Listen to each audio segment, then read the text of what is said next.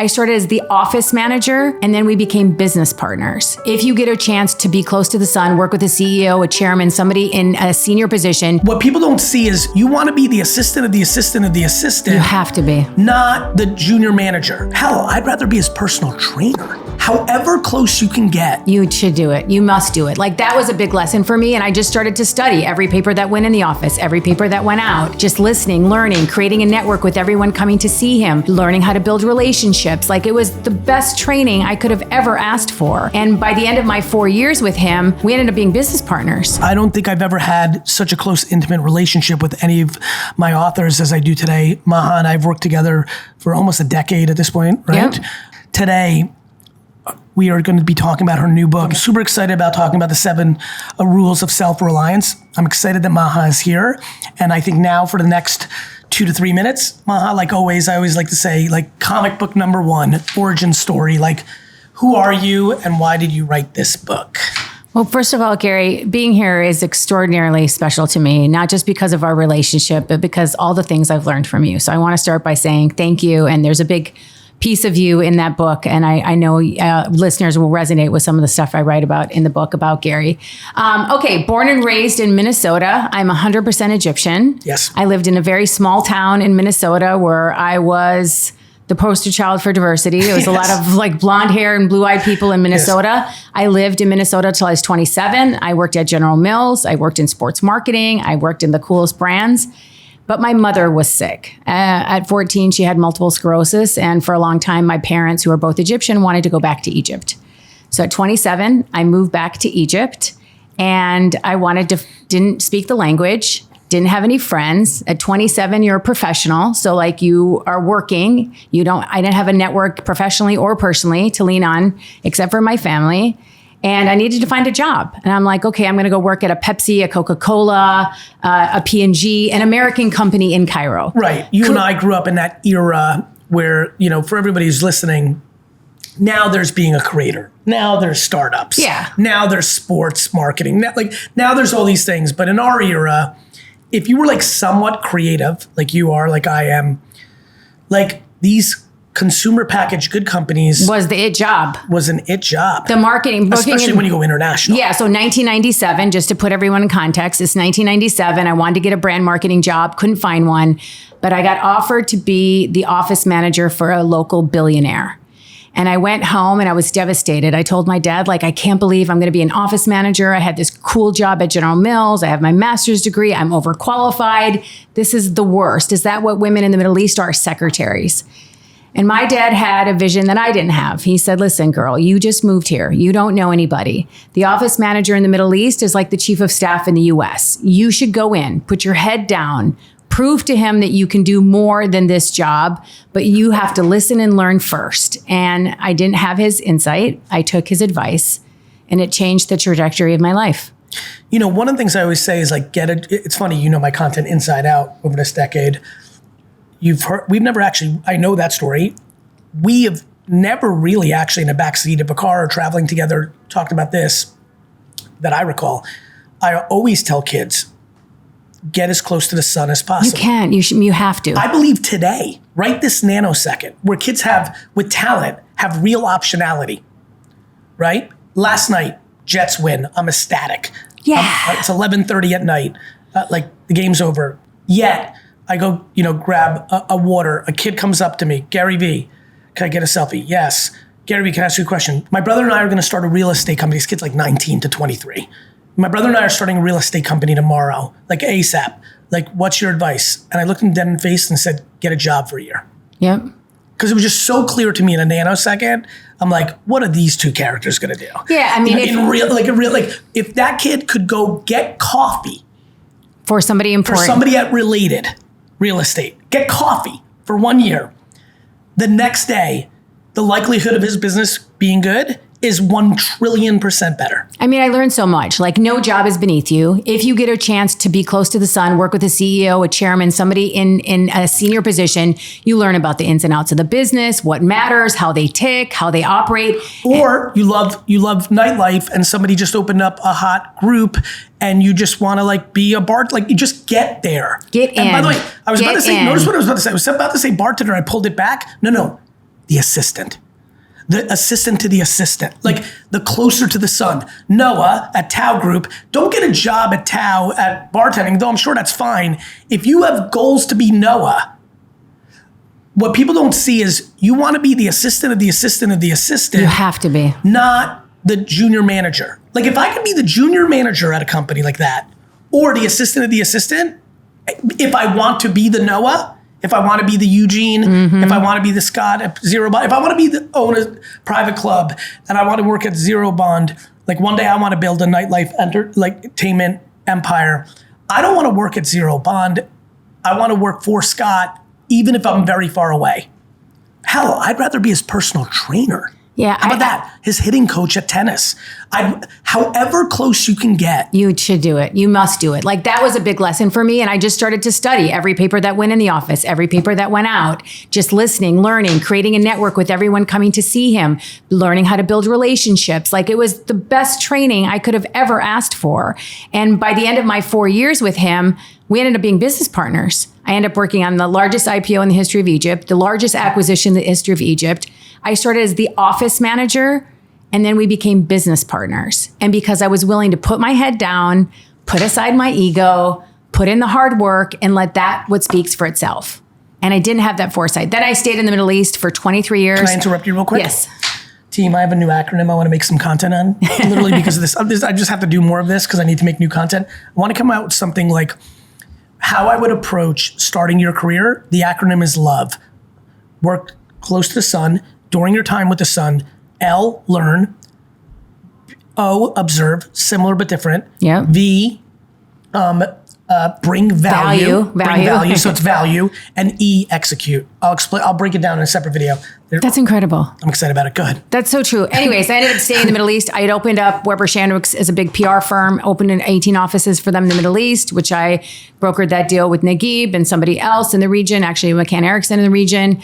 Then I went on to be the head of communications and public policy at Google, launched Netflix in the Middle East, worked for them for 5 years. I worked for the ruler of Dubai. Real quick, somewhere in there, isn't this correct? Somewhere in there you were thinking about doing your own thing, right? And yes. then you did the Weber Shandwick, right? Like Yes. there was that little moment. Yes. So because I think that's an important moment for my listeners. Yep. There was a moment after you were crushing with Naguib that you thought, I'm ready to go do my own thing. Yep. And then when you were like tasting it, you ended up doing it more, not exactly that. You ended up, right? No, I did. So right after I left Naguib, we built Weber Shandwick together. And then after building a business for Naguib and building Weber Shandwick, I said I should do it for myself. And this was 2004. I had no idea how to run a company. I had managing director. I was doing it with Weber Shandwick, but I had a corporate structure supporting me. And I decided I wanted to be an entrepreneur. Can we talk about that for a second? What do you think I want to bring as much value? I mean, look, before I go any further, right this second, please go and type in 7 Rules of Self-Reliance into Amazon and pre-order the book. But that's the punchline for me because I'm selfish on this one. I want all of you to buy the book. In fact, buy many of them and give them to employees, friends, what have you. Now I want to be selfless and give as much value to the audience. Yeah. You have something very valuable to give. I can't give this. You can. What are the biggest naivetes of a human when they have massive infrastructure around them and they're a winner like you are and many that have worked for me, but they're young and there's other things to be learned yet. Yeah. What do you think are the cliche naivetes when someone thinks it's them, but it's the infrastructure and them? Yeah. I mean, I learned the lesson the hard way. Like when I started my own company, I knew the difference very quickly between having the infrastructure or not. Like you have to learn how to build culture. You have to learn how to foster and lead a team. You can't lead I was a very difficult manager back then. I was like, let's get shit done and results. And then I learned from you, actually, it's about kindness. It's about people. It's about nurturing your team. It's about putting them first, not the work first. And the results will come out not just better, like even more valuable, not just for you, but your clients. But I think I thought I knew things and I didn't know things. I knew how to do PR and comms, but I didn't know how to run a business. And I didn't know legal, accounting, finance. I didn't know about HR and operations and empowering my teams and how to coach teams and how to get results from teams and how to train them and then trust them to do what you train them to do. I mean, I'm 20 years as an entrepreneur now, so it's a much different case now, but it only evolved in the last, I would say 6, 7 years. Like it wasn't like that. Working over there, it was, they led with like a stick kind of mentality, very like you had to be the loud boss. That was the culture there. And by the way, in America and in other first world, kind of powerhouses, China, Russia, Japan, London, the UK, there's just different versions of leading with fear. Yeah. Right? To your point, some is just loud. That's like you better fucking get the, I mean, my father was the extreme of this. Yeah. I'm gonna fucking fire you if you ever do that again. Extreme fear. But then there's also like what a lot of people do, which is like clever fear. Yeah. Like they make it seem like kumbaya and be like, we're all in this together. It's all like kumbaya, and then very sly at the end. But we do all know like, we'll all be out of jobs. Yeah, we're going to get fired if we don't deliver. And so like, it's, it's hard. It's just like, unfortunately. And then people are like, yeah, Gary, like fuck the companies. I'm like, no. Now let's talk about your accountability. Do you know why companies do that? I'll tell you why. We're recording this right now on Friday, September 20th. It is 12:26. There's 30 people in my office out of the 2,000 that could be. On my life, I promise you that 25% of my staff right now is not actually working and I'm actually paying. Yeah. How about that? So like people are like, yeah, Gary, you're awesome. Like you're always talking about kindness in companies. You're the man. I'm like, when I get those roses, I'm like, let's just literally anywhere, parking lot of a Jets game, meeting, airport. I'm like, no. Do you know why companies do that? Because employees are always, it's cat and mouse, subconsciously for so many employees. This is where the employees that don't act like this get triggered. When I'm like, many employees, they think I'm talking, no, there are many employees that treat a business as if it was their own when it's not. Yeah. But they're the ones that are holding up the 50 to 70% of employees that are looking for every angle. I did that in school. Do you know how many times I went and got a drink and went to the bathroom and went to the nurse in my K through 12 career? Let me give you the answer. More than anyone on earth. Why did you do that? Because I was looking for the angles. I didn't want to be in the classroom, so I had a headache. I was thirsty. I had to poop. I would do anything to get out. I would use my charisma. One of the reasons I am me is I used to basically do stand-up I would distract the first 5 minutes of the class because I could charm the teacher and I would try to entertain the class. I mean, I would try to chip away at 2 minutes. If I could get 2 minutes out of the 48-minute class, that you were winning. You were winning. Where the teacher was distracted by me by being like, Mr. Hall, what about the Knicks game last night? If I, like literally every class in my entire high school life, I would try to eliminate as many minutes from it as possible, both for the collective. Hey, Mr. Hall, what about the Jets-Patriots game last night? Because I knew he was a Jets fan, I would get 3 minutes that way. Or if that didn't work, because many teachers knew what the fuck I was doing, it would be, I have to go to the bathroom. When I found out that he legally couldn't say no. You just used it all the time. Maha, when I found out in 8th grade that a teacher couldn't legally say no, it changed my life. I went to the bathroom every class every day. Every day. Every day. It worked. So what I'm saying is I hated it, or I didn't have a relationship with the school education system as it was structured. Many don't have that with their jobs. Yep. Thus, all the things that are happening now are happening. Yeah, and that's why this is a tough game, you know? Yeah, and I even think when I was even running the business with Weber Shanderbooker on my own, like you learn a lot about bringing in a rock star into the team that can disrupt the culture and then just so it gets everyone else upset. So like I learned that the hard way. I hired this great guy. He was really smart, had great credentials, came in, destroyed my business, destroyed it. And I'm like, okay, we're not doing that again. We have to make sure that they are the culture fit, that they can match with the team. Like I learned that the hard way. Another thing, even when I was at Google, I got into the job. I was very overwhelmed. I was 4 months into it and I hired somebody.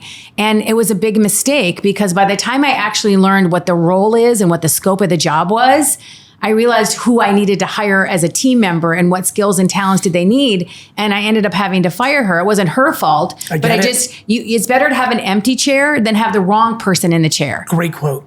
You just need to be patient. And like, what nobody understands is when the wrong person's in a chair and their huge financial impact, it hurts nobody ever fires them, but it's secretly killing you. Yeah. And so those are the hard things I learned about managing and leading and hiring and firing and that type of thing. Let's take a massive step back. Yes. What are the 7 rules Okay, so let's talk a little bit about self-reliance first, do that. as Let's a do that. general kind of concept. So a lot of people ask me, like, why is it called self-reliance? Are you trying to teach people to be independent? And it's actually the opposite, G. It's the Interesting. opposite.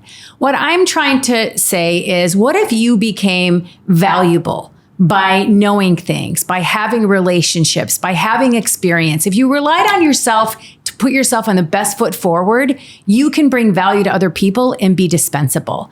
And when I looked back at my 30 years in business, I said it wasn't about what I did, because I am good at communications and PR and strategies. It's how I do it. How do you create value for people? How do you become a long-term player? How do you build your personal brand? How do you not wait and be a creator? So those are some of the 7 rules of self-reliance. Rely on yourself to become a superpower by investing in yourself. I don't want to be left behind in life because I don't know things. So why not invest in learning things? And guess what? It's for free. YouTube is for free. This podcast is for free. You can learn from people. You can learn from anywhere. So try to rely on yourself to invest in knowing things so you can be valuable for other people. I would argue that on that one, that is the punchline of my career. Like, because I'm obsessed with the end consumer, and there is nothing, not a politician, not a B2B concrete company, not a CPG, there's nothing on earth, not a someone running for mayor, there's not one thing on earth that can point to not caring if they can communicate to humans to make the thing they want to happen. Exactly. So I get value for sure. I agree. Yeah. It's the moat. Yeah. The Knowing first things. Yeah. The first rule of self-reliance is stay low, keep moving, which is a military term when, like, you're on your stomach and you're trying to, like, stay low to keep moving to avoid getting hit. And the reason I say stay low and not low profile is stay low and stay focused on your work and put in the hard work. There's so many distractions in life. People are trying to distract us from what's important for our goals. Stay low, put your head down, put in the effort. I'm not an overnight success. You're not an overnight success. You have to put in the time. You got to put in the reps and keep moving, because you are going to have setbacks. You are going to have economic failures. You are going to have it fired from your job. Like, it happens to all of us, including me. 100%. So the first rule of being self-reliant is knowing, okay, I'm going to have to put in the effort, and I'm going to have to know that there's going to be a journey that's going to include some bumps in the road. Love. Next. The second rule is be a value creator. So how do I create value for other people and not expect something in return? And so what I like to call making deposits in other people's trust banks, because I may or may not want to make a withdrawal. So for example, let's talk about how we met. I read your book. It was a long story, but I can tell I read your book and then I met you. And then I was like, Gary has a company. He has people at his disposal. He's got offices around the world. Where can I bring him value? What's the one thing I might be uniquely qualified to share with him and cut it into a shortcut for him? Maybe it's talking about Dubai. Maybe it's talking about the Middle East. So I try to listen to your business. Where do you have offices? How do I anticipate your needs? Where can I create value for you? And then deliver that. So that's a good example of being a value creator, is try to listen and anticipate needs so that you can become indispensable for people by bringing them value time and again. It's consistency. You cannot be a one-hit wonder. And you can be, but you're going to get one-hit wonder results. Yes. Right? People that have had a one-hit wonder song, made some money, hopefully, like had a moment, probably enjoyed those years, but like could literally walk down the street right now. Yep. And, not be, I'll give you a great example. And he's not a one-hit wonder. He's actually amazing. But I had a funny moment the other day. Sunday, I had to fly somewhere. Yep, Charlotte. And I was walking in Newark. And Jerome Bettis was walking Football in the player. airport. Yep, just walking. And it was funny. Because I'm such a big football fan, and he has a very unique shape. He was a very specific big football. guy. I kind of like recognized him from his modern Body. silhouette, like from far away. I kind of like nailed it. As some of you know around me, I've lost my vision up front, but man, I could see way far out. So I just like see him, and I watch him walking towards me, and I see a ton of people walking by, and not one person recognized him. And I say to myself, if he was actively playing, that wouldn't be the case. If he was in Pittsburgh or Notre Dame, it would definitely not be the case. And so his value sits in certain pockets. And that's how I think about one-time value. Like, there's different moments of value. There's different things of that nature. Your approach thing is huge. I tell people all the time, 99% of people lose because when they want to approach someone first 50% of those people just ask for something. Yeah, they want something in return. Hey, I want something from you. Very busy. Like, it's insane. Devastating first step. You'll never get an A player to pay attention to you because that's what happens to them all day long. They don't have the bandwidth. Yep. B, the smarter move is I'm going to give you something in return, like you were talking about. The problem is 95% of people that do things do it the wrong way. Hey, Gary, I'm going to give you something that I can give you, but you have no value in. Right? Hey, Gary, here's a lamp. Like, and a lamp is nice. Let me think of it different. Hey, Gary, I'd love to spend an hour with you and tell you how to do social media marketing because they think they have that to give. I'm like, I don't need that. Yeah. You need to find out what do they care about and then deliver that. Correct. But also you have to bring value with good intentions, not that you want something in return. 100%. And I feel like if you do that purely with good intentions and you are actually an expert in that and can actually deliver it, that's priceless. 100%. I mean, most people, to your point, give with expectation and then they're let down and then resentment and it's all over. Okay, next. Don't be a waiter, be a creator. So this happened to me. I was in Egypt. It was a long time ago. I was talking to somebody and he's like, Maha, we were having tea and just talking about a lot of stuff in my life. And he was like, you're a waiter. And I was pissed. I was like, what? And he's like, you're a waiter. You're waiting for Mr. Right. You're waiting for Naguib to give you a promotion. You're waiting for a bigger opportunity to come out. You're waiting to see what happens with your parents. My parents were both very sick at that time. You're not actually living your potential. You're not doing what you're probably capable of doing. And I went back and I was really pissed. I got home and I'm like, you know what? I am waiting. I'm not that I'm unhappy. I'm just coasting through life, but I feel like I can do more. I am capable of doing more. So how do you shift your mindset from being in the waiting mode to creating mode? Like, what if I want to do something? I actually tell the story in the book of going to the Super Bowl with you. I'm like, how can I create, and if I want to go to the Super Bowl, how do I create something out of that that's meaningful? There's brands, there's media, there's you. You go to the Super Bowl every year. You're in the advertising industry. Where can I bring value and create something new? Okay, well, let's unlock what this Radio Row thing is. Let's unlock how we can bring press and bring media coverage. And I'll get to meet people and build relations because everyone's there at the same time. So how do you create those opportunities? And how do you think of them so that you can achieve them without waiting for you to ask me? You never asked me, Maha, can you go do some press for me at the Super Bowl? You never once asked me. I have no time to ask. You know this about me. Yeah.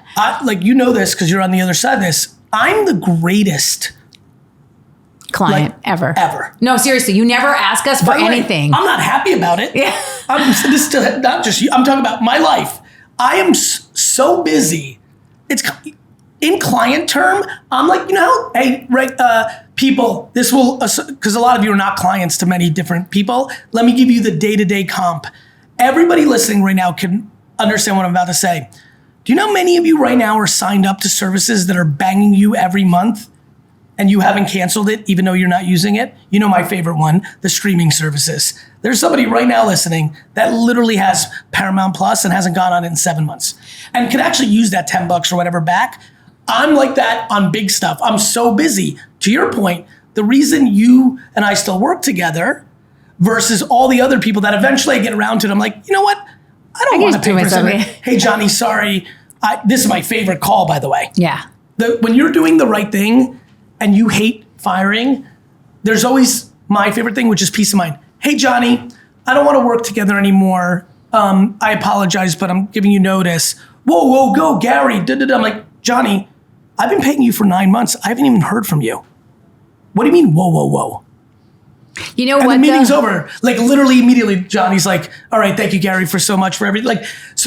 Like people are so silly. They take advantage of good clients. And then when they get caught, they're like, it's just the same old fucking game. But you know, the funny thing is, Gary, how it works with us though, because you don't, it causes us to like, up the ante. How can we bring value? He's not asking. Let's think for him. Let's be strategic. I see the adjectives sometimes. We work harder, actually. And it's actually rewarding for us because we're like, okay, we want to do this big thing. Let's code for this. And so that's really kind of why I love working with you, because I feel like we're not only able to create value, we have unlimited guardrails to try to do the best work that we can and deliver that. So that don't be a waiter is kind of create your own thing. Treat your reputation as a currency. What's its worth? What's its value? How can you increase it? And how do you protect it? So I feel like a lot of people, and you are the guru of this, talk about building your personal brand. Yes. And a lot of people think personal branding, like I'm not a brand, I'm not a company, I don't need to build my personal brand. But I like to tell them, take out the word personal brand and replace it with the word reputation. It's been my go-to belief of all time. And then once you do, don't you want to care about your reputation? Yep. Don't you need to be intentional about your reputation? Because if you don't do it, I can guarantee you somebody else is doing it for you and it's not what you want. Always. Right? So building... It's been the great evolution of where media is now, right? Like the biggest thing about social, and obviously we most see this in politics, but I think it's in business even more than it's in politics, like the days of letting what you grew up with in comms dictate the narrative are over. It's direct to consumer. People follow people. Why would you even let the Wall Street Journal or Fast Company or CBS or CNN or Fox News or anybody else, even if you like them, by the way, even if they're doing a good job by you, even if you're the darling of the media right now, it's still the wrong strategy. So true. And people follow people, they don't follow companies. And so a lot of people who might be listening to this podcast who are entrepreneurs, you have to have a strong personal brand. Otherwise, you won't be able to recruit the talent. You won't get the investor money. You won't get those partners or suppliers to work with. And if you work in a company, you need to have a strong personal brand. Otherwise, you won't get that promotion. Are you a collaborator, a problem solver, a good listener? You want to be a part of it. What do people see you at work? 100%. How do people see you at work? And if you are a leader in transition, I'm getting a lot of feedback on social media asking about leaders in transition. You're in the corporate, you want to go to entrepreneurship. You're about to get a lot more, Maha. Yes. Just a little FYI to everyone listening, because I'm trying to bring a lot of value. Shit's going to hit the fan with employment next year. Yes. So leaders are going to have to figure out, I don't know how to network on social media. I don't know how to LinkedIn, like DM, master that art of the DM. I don't know how to, build my personal brand. I've been working at Amy, 35 years at General Mills. What is she going to do? She's young. She has a long career ahead of her. Everyone needs to learn these skills. So anyways, Amy's Maha's sister. It's my sister. Okay. Just giving context. I know, we're just hanging out. We're just hanging out. I forget that this is a live show. That's rule number 4, I think, or 5. Yes. No worries. Keep going. Be a long-term player, right? So this chapter has to do with how to build networks and relationships. You don't get anywhere in life on your own. I only am valuable because of my relationships, my friendships with people I serve in business. And my network is not there to serve me, Gary. I am there to serve my network. Yeah. And the funniest part about this, Maha, and you've heard me talk a lot about this, and we've had a lot of interesting convos through the years. Like, I just want everybody to hear this, just to jump on what Maha's saying.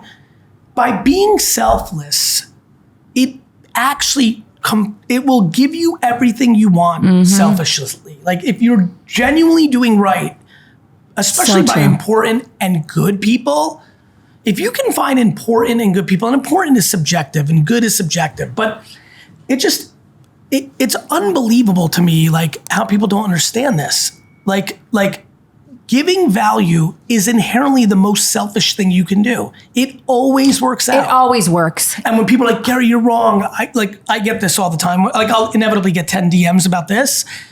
I want to understand. Like I want to actually, sometimes I double click with someone like, tell me your example. Well, my older brother was okay, I'm like, now we're adding new dynamics. Let's keep talking. Yep. And you find out that the father started the business and the older brother this and there's always a story, or like, they went in, like, you know how many people go into bad relationships from the beginning? Mm-hmm. Like literally the other day, somebody argued me on this. I'm like, tell me the story. There's this guy. I'm like, tell me everything about the guy. Literally 2 seconds into the conversation where he's debating me, like being a nice guy is a bad idea, he tells me that the person he was trying to be nice to, who, oh, by the way, he was trying to get money from, actually. But even before I get into what I always say, which is you're trying to manipulate, not be nice, the guy I was doing it with was like a 3-time felon. Yeah. I'm like, what part of this story is confusing? I mean, I was laughing at this person, like being not nice by my standards. I'm like, first of all, you're full of shit. You really were only doing this because you thought he was going to make a quick buck and you wanted to make 20% of it. Yeah. That's the actual really part. 2, the guy was a piece of shit. You're surprised that they were a piece of shit a 4th time? So like, shocking. You know what I mean? Yeah. It's like relationships. Like I had girlfriends, like friends that were girls for years. They'll be like, I suck at love. I'm like, you fucking only go after fuck boys. What do you fucking think is going to happen? The results. Like what's confusing about that part?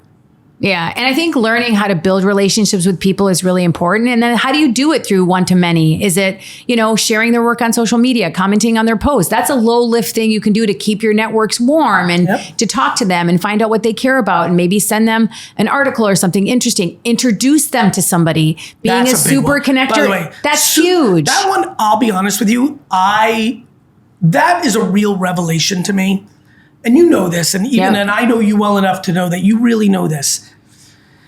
Especially for the era before us, the fucking LA crowd that would want to charge you for an intro. Yep.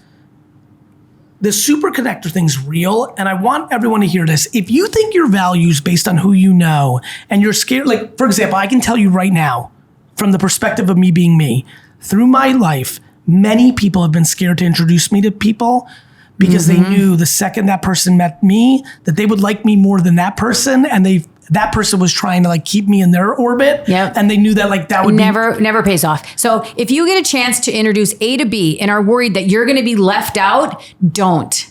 Because if you have good intentions and you really genuinely want them to make serendipity, as Gary says, 1 + 1 = 11, that's a deposit in both of those people's trust bank that you can withdraw a week from now, a year from now, 10 years from now. Do the right thing. Yeah, do not make all your money by being a connector, because then by nature, you're scared to lose your money. You have bills to pay. Yeah. You have to take care of your family. You can't give away the house for free. Correct. Yes. And so like try to make that a part of your world, not the only thing, because to the way I think about this, you'll get caught. Yeah, and I think it's a muscle you need to build, and you need to know who to do it for, who will take advantage of you, who will genuinely appreciate it. And by the way, and you'll learn that. That's but you right. have to practice back to your point, take advantage of, like, if you get into the place where you're fully karma'd out on this, there is no taking advantage. To your point, Maha, it's good for you to know, like, I'm going to connect, like, it's been a weird week. I'm glad you brought I'm glad we're talking about this. I heard from 3 people this week. This is something that has not been on my radar at all because of the way my brain works. But this week, 3 different very high profile kind of characters all reached out to me, all with just very specific asks. Really? Direct asks. And some kind of mundane, like nothing crazy. Yeah. One was crazy. And I don't know why, like, for the first time in my mind, I'm like, oh, this person, like, just like, I'm in their orbit just to like give them stuff. And like, and in all 3 categories, it was just obvious to me, like, our relationship has evolved into a place where, like, I'm in the place where they're just asking for stuff infrequently, but that is the full relationship. Yeah, well, that's not right. That's not a good feeling. What's really interesting is like where I went with it. And again, you know me inside out. So like, it wasn't I was like, fuck it. It was like, oh, this is just where I'm at with it. And you just know where they are now. Yeah, and you that's just okay. accepting. I would say that that's something people should think about. And I will still do things for those people for many reasons. I like them. Yep. Or they're important. Yep. Or I may need something from like in the future. Stuff. Yeah. But it's good for everyone to know, like, everything's okay. That's where I'm going. That's actually what I'm trying to say to you. Everybody. I love that. Yeah. Do not put some sort of ideology. It's okay. Everything. Don't overthink it. Yeah. Just like come from like just a very good place, and you'll be able to manage all these hard things. Relationships are hard. Everyone's like, marriage is hard. And it is. It really genuinely is. And somebody was talking about the grass is greener in personal relationships. And that's how I think about with business too. Like, business is hard because it's actually about relationships. Uh-huh. But if you're in a good place where you're not expecting and you're just giving, and if you can get to the ultimate place where you're willing to give even when you don't feel great about it, that's the interesting one. Are you strong enough to give when you're not even fully pumped about it? And don't put yourself in a vulnerable position either. Well, there's a good point. Build on that. Well, I'm just saying, like, you can give, but don't put it into a detrimental position where you're going to hurt yourself or your employees or your team or your livelihood. Can I give you a good one on that one? Yeah. The common mistake that a lot of people make is they make a promise on behalf of another person's action. That's the worst. Never, ever do that. Right. So you were saying, like, hey, don't give away everything for free. You need to make money a little bit with that, which makes sense. Yep. I'm going to a slightly different place of the thing that I see people getting killed on. you know this maybe more than anyone. You know that I always say, I know what you're going to say. I know you do. I know exactly what you're going to say. Tell me the real thing on this. Yeah. You think I should meet this person? Or, great. Tell me why. Yeah. Is that good for your world? Because you know that's what makes me very unique. Yeah. I'm like, I want to do that for you. Is it good for another reason? Yeah. What's the backstory? I want to know the why. Yeah. The backstory. Right? That's key. It's huge for me. When people come to me all the time, like, Gary, I need you to, like, I'd love for you to meet this person.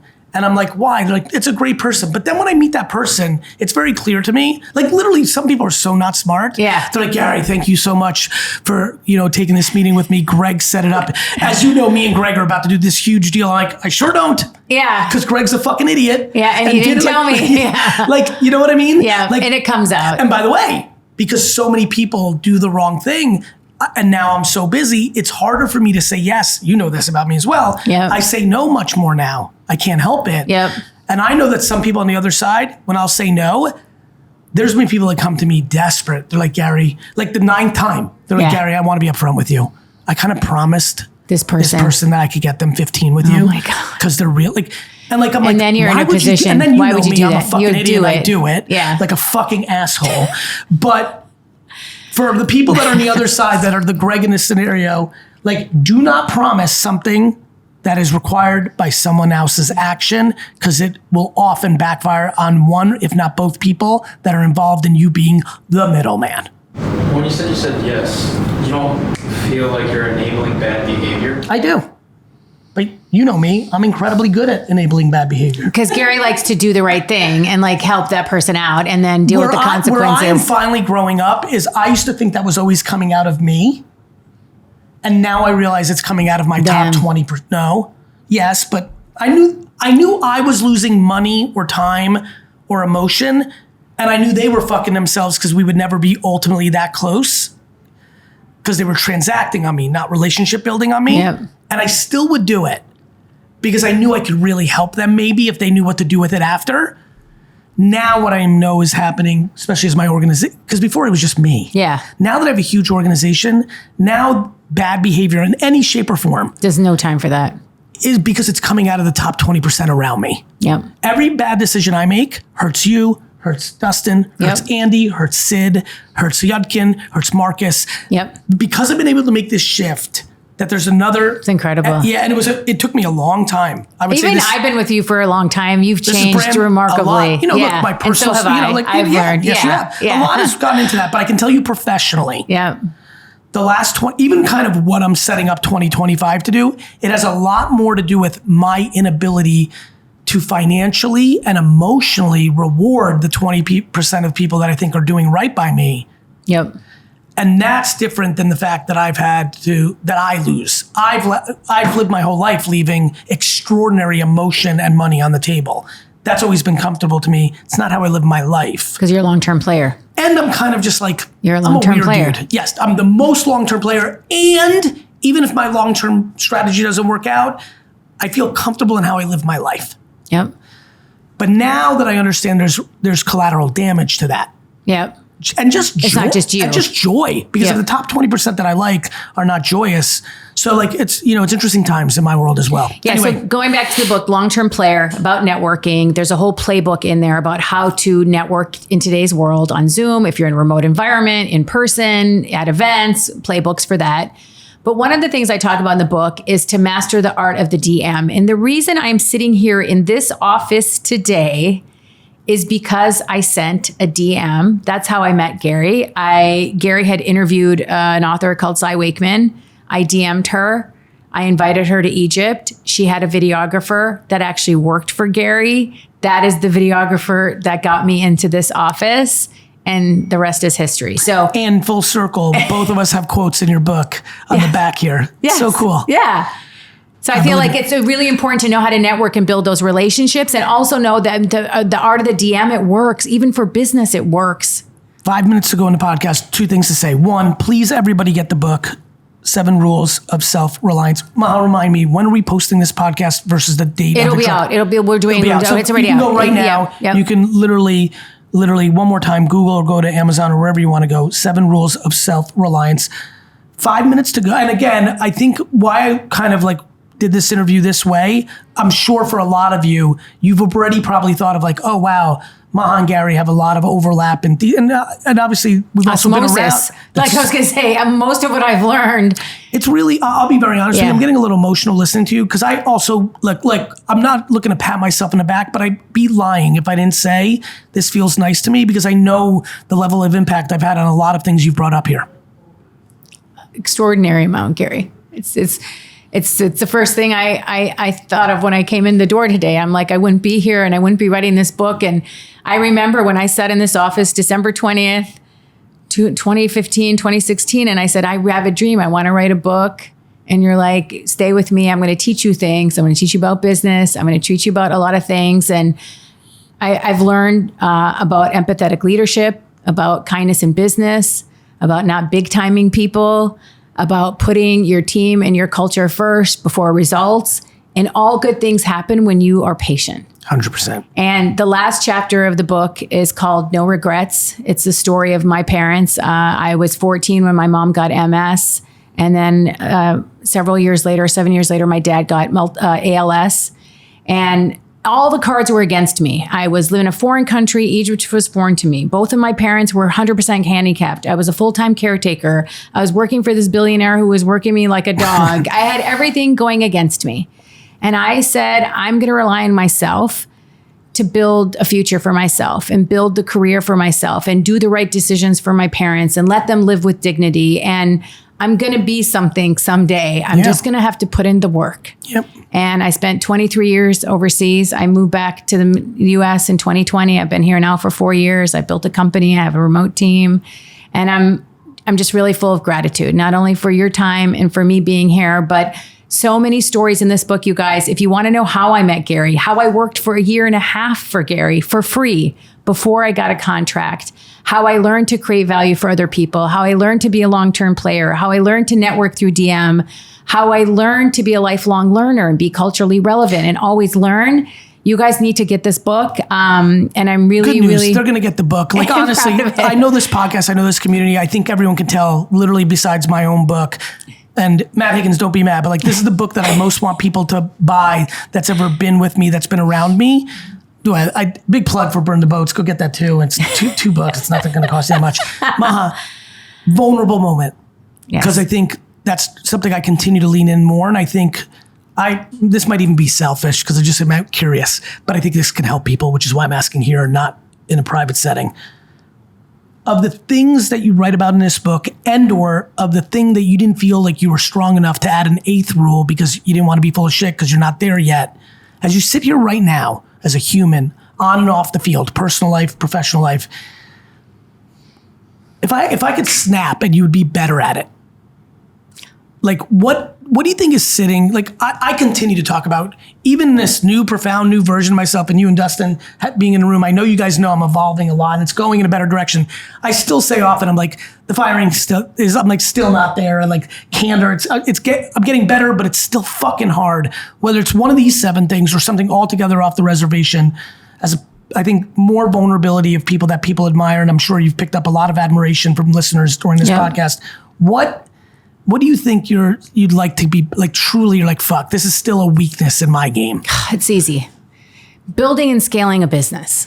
Like I have an operation and I have a trained team. Do you fear that clients will be upset with you, even though, because I've watched you build a much better team. Yep. But is there still a part of you that's just so ingrained that you're like, fuck, we still might lose that client if I'm not close to it? Is it like that kind of touching micromanaging? It's not that, but it's like understanding like how to scale. Like, and you're a service industry, right? Which is hard. That's the thing. I'm like, what's happening with AI? How is that going to affect communications? Right. How is that going to affect media? Do people media? even want classic PR Do anymore? People, so like that's kind of like scaling my business, giving what's happening in the market. You just always have to be ahead. Because that becomes I'm sorry to interrupt. That becomes like at the end of the day, and this goes back to the whole fucking thing you said. At the end of the day, you have nobody who's going to pay. Yeah. Right? You have that constant pressure. Yeah, and you have to meet payroll, and that's why you always have to think. I'm sorry to interrupt. Did you resent people that parents were healthy or were wealthy? Like you go into this billionaire environment, Obviously, Naguib had friends. Private jets. Like we were in a whole world I never even was a part of. Like this is 1997. I'm 27 years old. But did you see, like, not even Naguib, because obviously that became such a remarkably warm relationship. You would meet with people and they would sometimes bring their son and daughter. Like, this is a very specific question that I want for a very specific reason, because I'm trying to help listeners. When you were going through all this, were you like, these fucking spoiled kids, they don't know how lucky they have? Like, was there a part of you that you woke up one day and you realized, oh fuck, I have to take care of everything. Not only do I have to take care, not only are my parents not going to pay for me, fuck, my parents themselves are sick and there's dollars I have to pay for everything. Correct. And make the medical decisions. So like, what, did you find yourself doing that? No, but I always felt like everyone had it easy. Like everybody was not either entitled or very prevalent in the Middle East is the family offices, family businesses. You just look at your dad's company and you have multiple cars and you have access to nepotism cash and all the time. Yeah. And so and then was even like, people that didn't have that, just not being grateful for what they did have, right? Like friends that would complain about something and you'd be like, go have 2 sick parents. Yeah. It puts things into perspective. That's for sure. Did it create resentment? Honestly, I mean, obviously my sister didn't have to have the burden of taking care of my parents, and that could have been a big one, but we were so close. Like it's funny. I have a very similar relationship. My 2 siblings had it way easier than I did. It's not even fucking close. It's now become a big topic in our family as we've all gotten older. I don't think any of us, definitely me included, none of the 5 of us, my 2 parents and 3 siblings, when it was happening, we didn't know. But now we kind of like, I like when the whole family is together and having a dinner. It's very hard for a 3-hour family dinner to go by for at least at some point being like, hey, let's talk about how fucked up it was for Gary. You know, like, well, we don't talk about like that, but I honestly feel like it was a very difficult chapter in my life, but I think it's really what made me who I am. I love you. I apologize. I just realized what my next meeting is. Everybody, I think it's been accomplished, but first of all, reach out, Maha. Please give everybody your Instagram so they can DM you. Spell it out. MahaGaber. Got that? One more time, because I think my intuition is that everyone's going to buy the book that's listening, and multiple, but I also think business development, relationship development, I think people have this sense of the energy of this room. I have a feeling you're going to get a bunch of DMs and that will lead to things. One more time, slowly. How do they DM you on Instagram? At Maha Gaber, MahaGaber. All right, everybody, I couldn't recommend it more. Maha, thank you so much. Thank you, Gary.